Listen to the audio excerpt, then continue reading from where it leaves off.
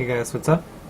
This is Subtle Roy, and I'm going to be doing a discussion on support itemization in Season 5. I think the last patch that went down was 4.21, and there's going to be some new AP items, so all these things are subject to change, but I think support is one of the hardest roles to itemize, so I think it's really good to talk about itemization as a support and teaching people the schools of thought behind itemization, because a lot of the times when people look up a build, they have absolutely no idea why they're going that build. They're just building it because they've had success with the build. They don't actually know why someone would tell you to build those things.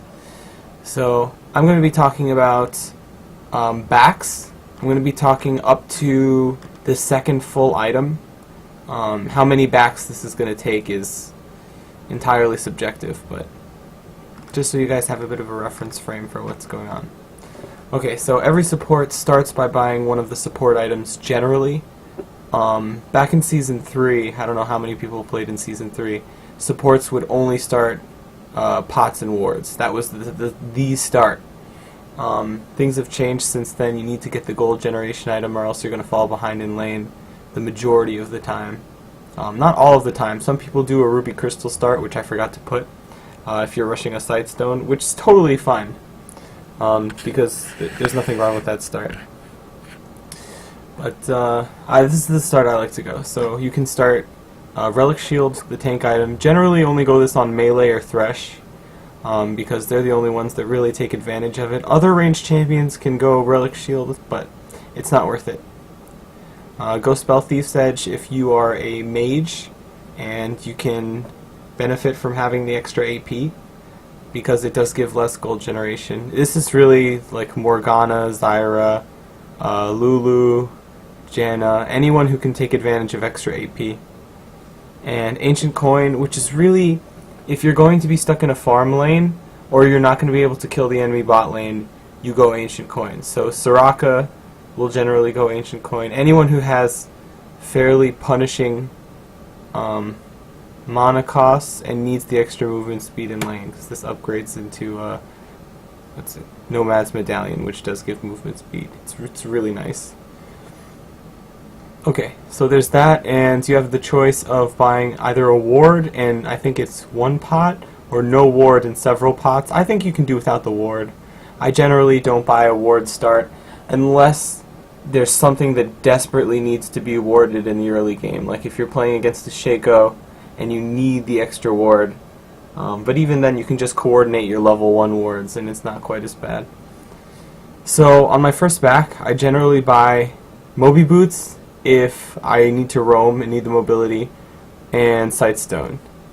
I buy one or the other almost every game. And basically the job of a support is to create vision and create picks. Everything comes from those two jobs. So the vision part is the Sightstone and the picks part is Boots of Mobility. Even in lane, Boots of Mobility are such a huge help. You don't realize it until you start rushing it, but they are the best boots in the game for a support, and especially a roaming support. But roaming is kind of a bit of a high level concept that takes some time to get used to. And then we have the Vision Ward, which everyone should buy Vision Wards. Everyone. The ADC, the jungler, the mid laner, but what usually ends up happening is only the support buys one, and it ends up getting stuck bot lane. So be creative. If you're doing well bot lane, stick the Vision Ward in the little dot brush in the river. If you're not doing so well, save the pink ward tri-brush, or your side of the river. And health and mana pots. Health and mana pots are the difference between winning lane and losing lane. That's just as simple as that. You always buy health and mana pots every back. Okay, now the second back is generally when you upgrade your support gold generation item, and also, I forgot to put this, but when you buy boots. So we're just going to add boots in there. I know I have Moby Boots here, but I didn't put boots in the first slot, so this is when you generally buy boots, is first or second back. So I'm going to put this in here too. And you want to buy items that stack or items that give you mana early in the game, because in lane is generally when you're going to be using the most mana. Later in the game, you're just kind of going to be standing around and waiting for team fights, which is pretty much the mid and late game, so you won't necessarily need as much mana generation. Depending on what champion you're playing, there are more mana-hungry supports than others. Soraka being one of them, Blitzcrank being another one.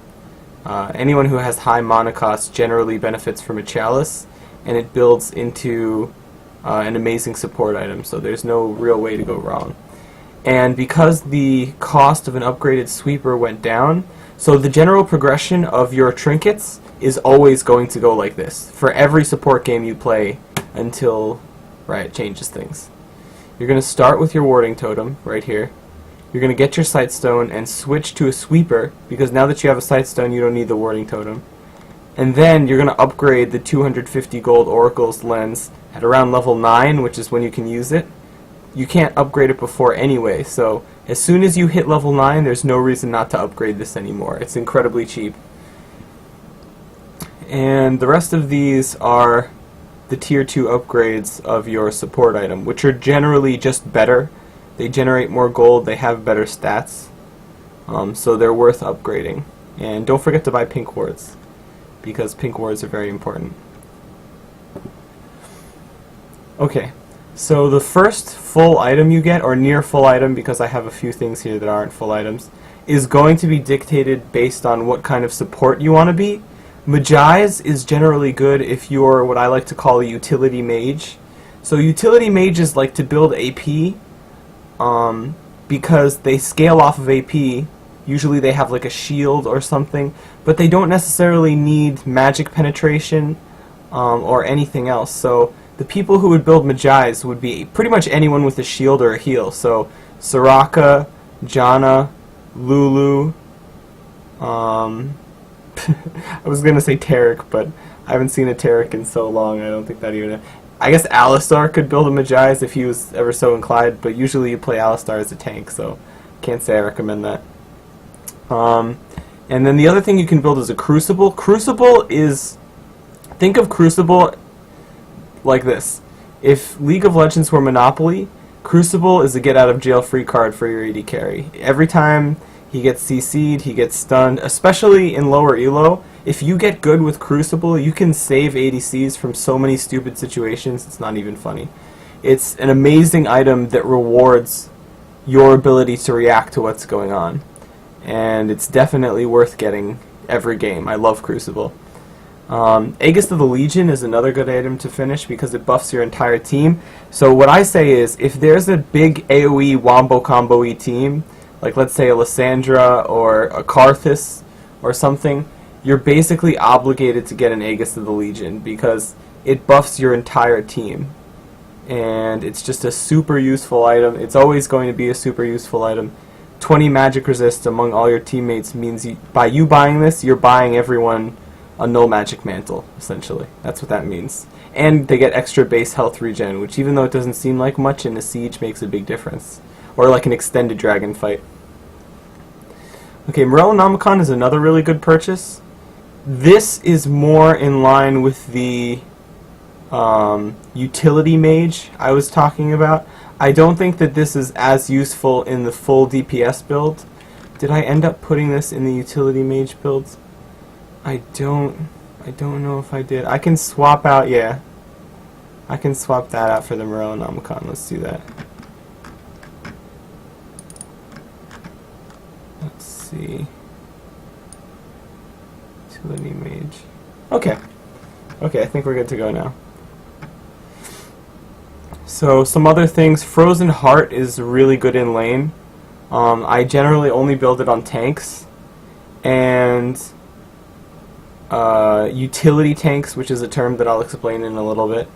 Ionian boots are a great purchase if you're playing a support that thrives on CDR, like Thresh or Braum or anyone else really. Just supports do great with CDR. And even though you might go over the CDR cap, if you have your CDR capped at 40 earlier in the game, you get to ult more, which makes a big difference for your team. So let's see. And Haunting Guy's Sork Shoes is sort of the combo if you're going to go with DPS support. And I say DPS support, what I really mean is a support whose goal is to do damage. You're essentially playing a carry support. And so this combination gives you the most bang for your buck, because early in the game, very few ADCs or bot lanes will build magic resist. So by building a Haunting Guys, you're effectively cutting their magic resist in half, and then cutting it again in half thanks to the Sork Shoes. So you're dealing near true damage if you build them early enough in the game, because of the way magic penetration works. And Ninja Tabby is just a good purchase if you're going a tanky support. Okay, and as for finishing your second full item, so I think at this point, since you already have your Sightstone, which I don't consider a full item, that's just a required purchase to be a support. And you probably already have your boots at this point. These are the things that I would recommend finishing. Finish your support item, first and foremost, because your support item, all three of them are very good at this point. They're amazing items. They really, each of them does their job very well.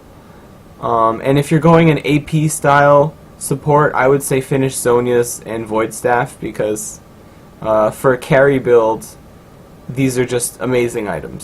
Zhonya's is an amazing item. I would take Zhonya's over Rabadon's if you're playing a support every game, unless you're literally stomping their teeth in which case, you know, it doesn't really matter what you build at that point, because you're going to win no matter what. And Locket is probably the most solid second item to finish, because it makes your team's ability to team fight that much stronger. It's a pretty sizable shield that increases with level, and it just gives a ton of buffs, you know, it's just a huge team-wide buff. Okay, so I'm going to talk about this concept, which is you can go a pure build, which is when you're essentially building as if you were that role with a Sightstone, or you can build what I like to call a utility version of other builds. Now, utility builds, they generally work around buffing the team or getting a certain item active for the team. So let me talk about the pure DPS build. So the pure DPS build, this is a build that I go all the time. It doesn't revolve around CDR whatsoever. It's mostly about nuking.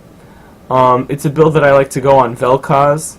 You can absolutely swap out, say, the Zhonya's for a Morellonomicon or something. It's just, this is the build that I like to go.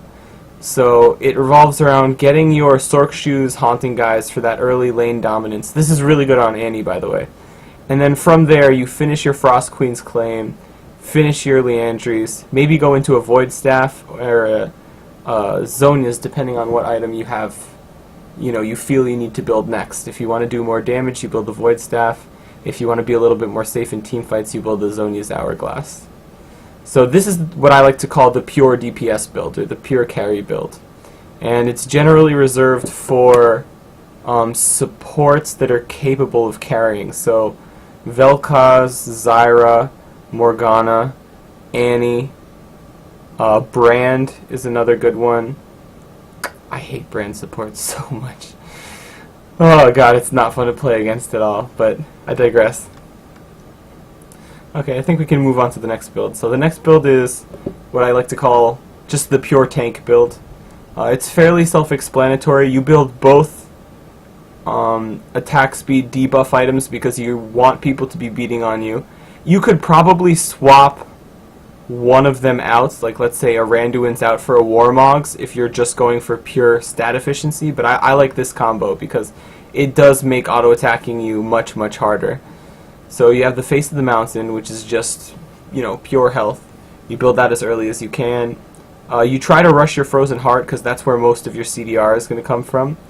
And you have your Locket of the Iron Salami. So the way I like to play this build is I rush the CDR first. So I would do something like Glacial Shroud, and then, what's the name of that? Kindle Gem, finishing the Frozen Heart, and then finishing the Face of the Mountain, and then buying another Kindle Gem. Because what that effectively does is you have 20, 10, 10 CDR. So you've maxed out on CDR at that point. The goal of most support builds is to max out on CDR, because as a support, you're only as useful as having your spells up. for almost every single support. That applies to everyone. So what this build does is, if you go that build order of Kindle Gem, Glacial Shroud, finishing your Frozen Heart, finishing your Face of the Mountain, and then buying the other Kindle Gem for Locket, what you're doing is you're maxing out on CDR early in the game. So that just allows you to be more useful. So if you're ever wondering why support builds will tell you to build certain things first, most of the time those things will have CDR in them. So there's no big secret. That's just the way it is. Okay, so the next build I'm going to talk about is what I like to call the Utility Mage. So the idea behind the Utility Mage is you're building these team auras, right? And you want to be as useful as possible while still being a mage. So how do you do that? Well, there's a couple tools you can employ. So first off, one of the reasons you go utility build is because you just have less gold. So if you want AP and you don't have a lot of gold, Magi's is basically the item. So the way this build would work is you're going to build your Frostfang, and then you're immediately going to build your Magi's when you get your Moby Boots. And at some point you're going to buy your Sightstone. This is just the final build, so it has a Ruby Sightstone. And another way that people do this build is they just rush a Morellonomicon, because in lane, Morellonomicon is really strong against heal supports. So if you rush a Morellonomicon, you're effectively cutting the healing of the other team down by half. And it only applies below 40%, but that still makes a huge difference in a 2v2. So that's the whole idea of the utility. Every item except for Magi's in this build has utility. And even Magi's has utility because it's allowing you more AP for your buck. So people who would go this build, or champions rather, are Lulu, Janna, Soraka, Nami could go this build, conceivably, because Nami does fairly well with AP. Did I say Janna already? I think I said Janna. Yeah. So any of the utility mages, Zyra could probably go this build. Vel'Koz could go this build, but I don't really recommend it. I think he's better off with the full DPS build because he's a carry support. He's not really anything else. Although you can build whatever you want, he has very good base scaling because of his passive. Okay, so the next thing I want to talk about is the full utility build, as I like to call it. So this build is full aura. Pretty much everything gives an aura except for Crucible. And there's not much else to say. I've discussed most of the items. Talisman is really good in team fights. Frozen Heart is also really good in team fights. This is more of a tanky, durable aura build. It's good to go if your team is just in need of peel and just needs someone to play incredibly backline-ish.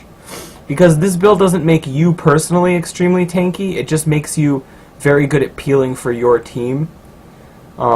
So there's that. The next build I want to talk about is the utility tank.